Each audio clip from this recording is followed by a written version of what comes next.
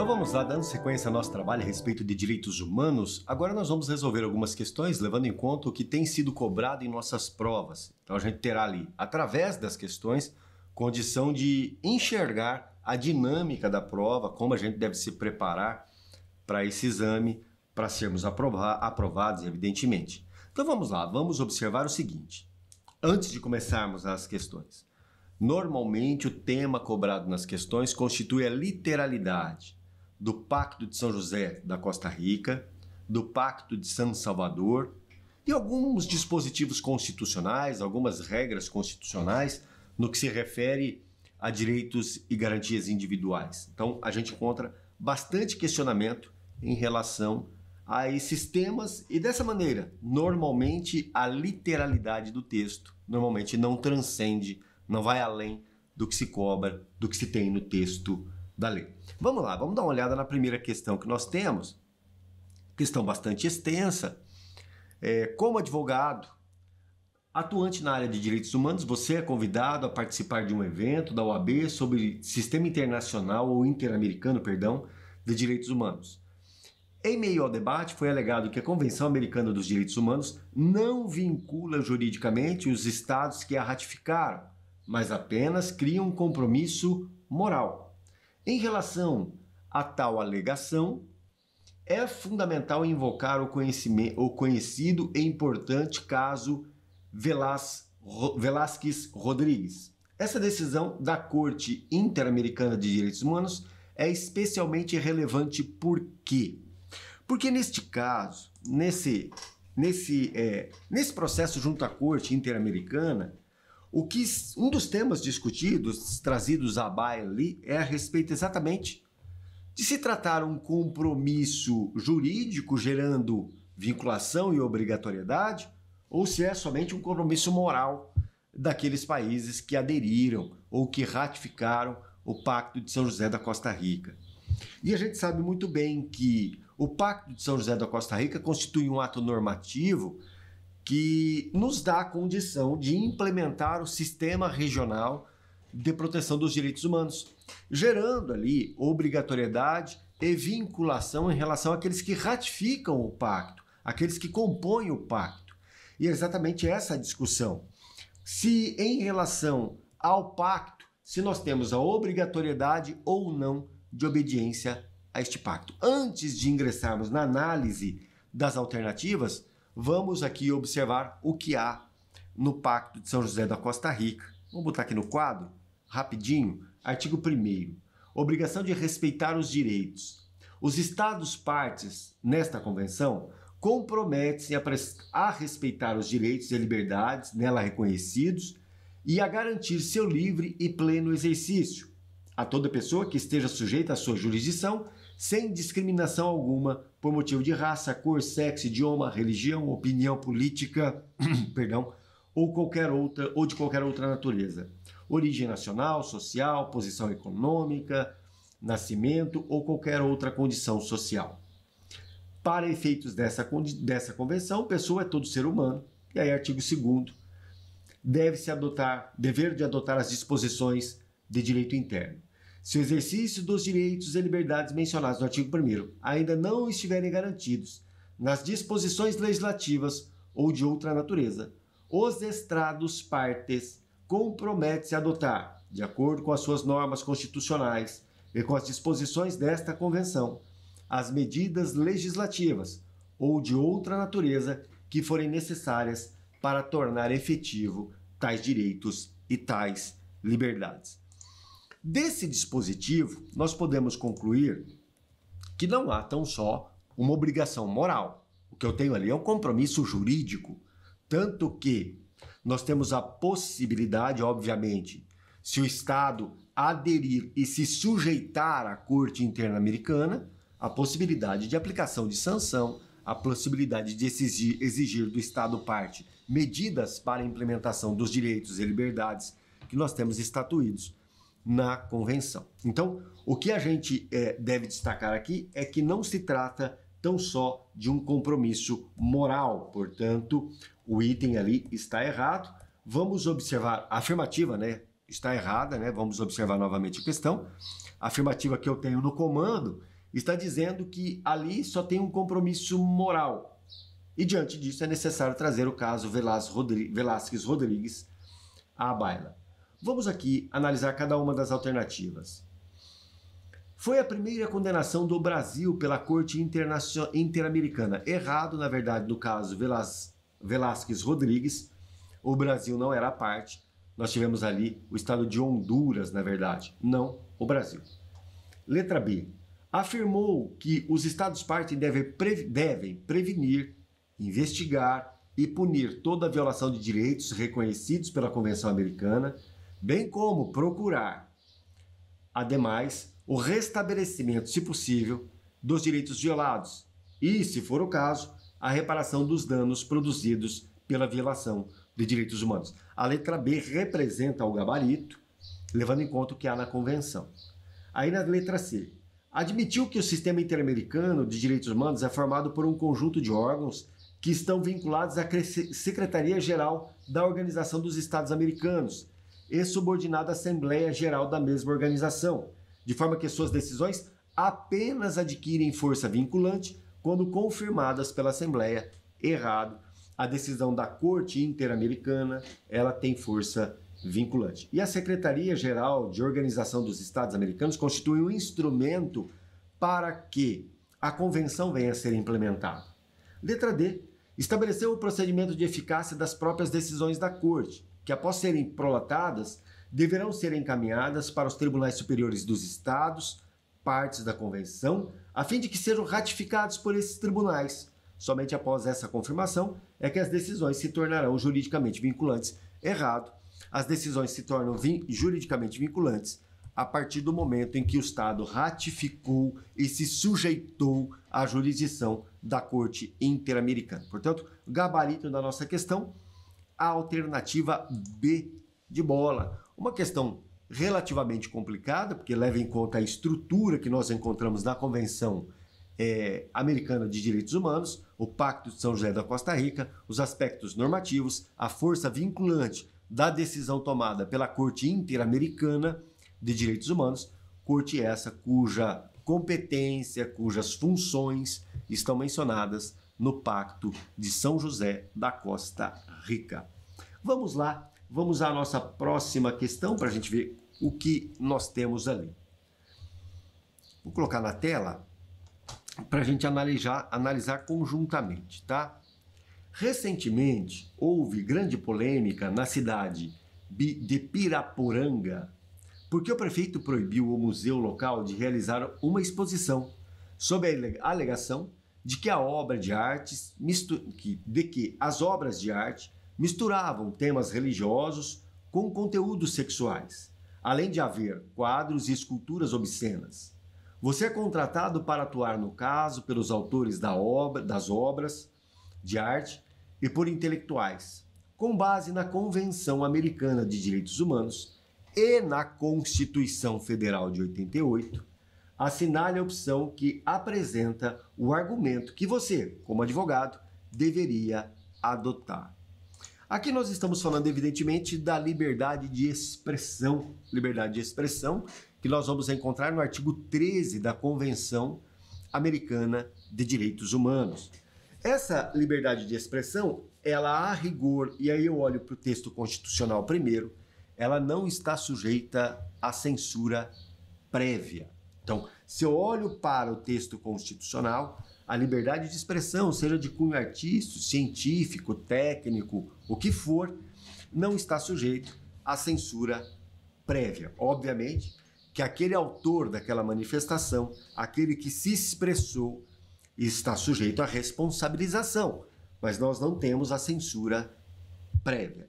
Vamos observar, para a gente resolver essa questão, inicialmente o que há na Convenção Americana de Direitos Humanos. E aí a gente analisa cada uma das alternativas. Vamos dar uma olhada inicialmente naquilo que nós temos ali no nosso quadro. Então eu tenho aqui o artigo 13 da Convenção Americana de Direitos Humanos, liberdade de pensamento e de expressão, item 1. Toda pessoa tem direito à liberdade de pensamento e de expressão. Esse direito inclui a liberdade de procurar, receber e difundir informações e ideias de qualquer natureza, sem considerações de fronteiras, verbalmente ou por escrito, ou em forma impressa ou artística, ou por qualquer outro meio de sua escolha. Item 2. O exercício do direito previsto no inciso precedente não pode estar sujeito à censura prévia, mas as responsabilidades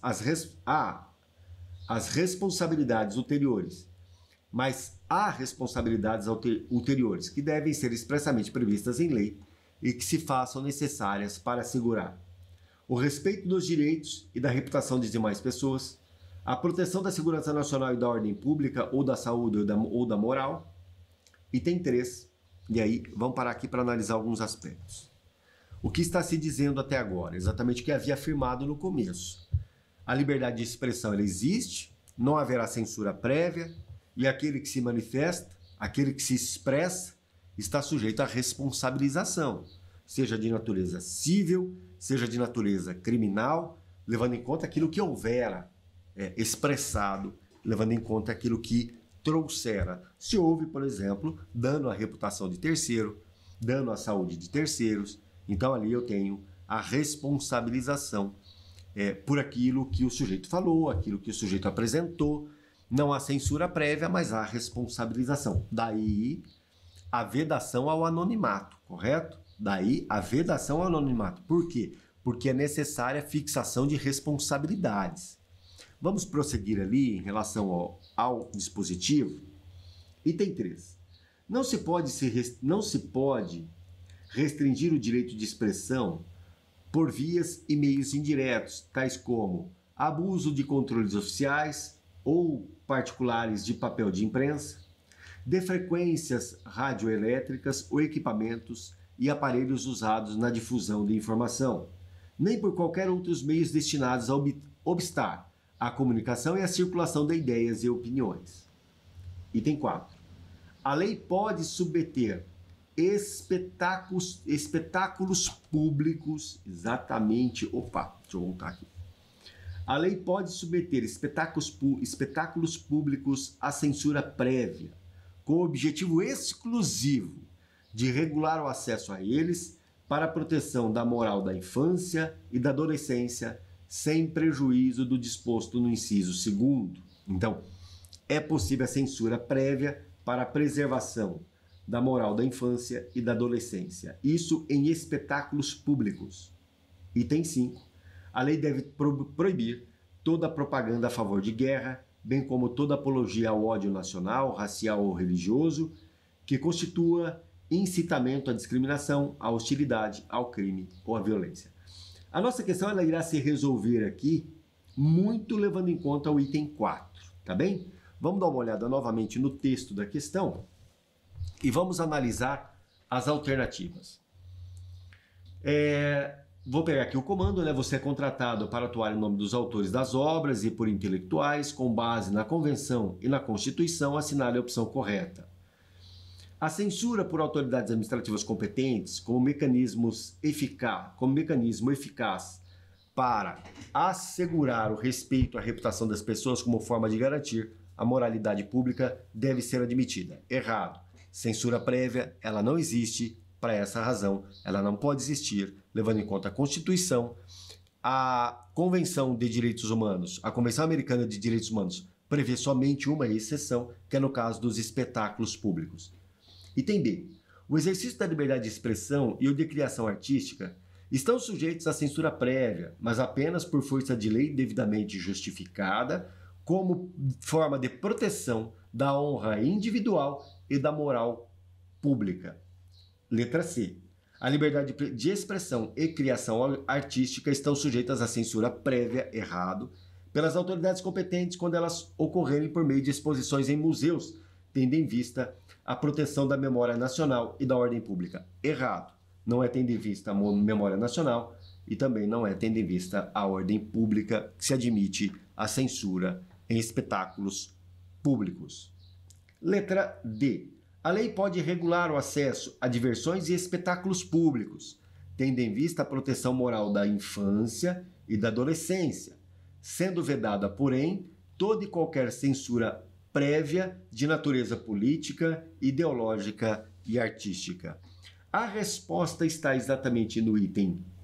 A resposta está exatamente no item 4, combinado com o item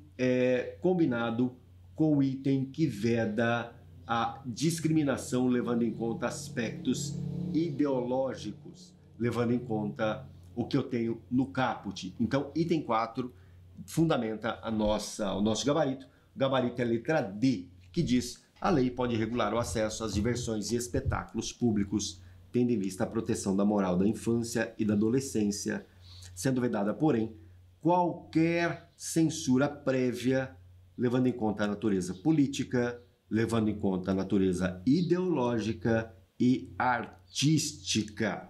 Tá bem? Então, gabarito, alternativa D.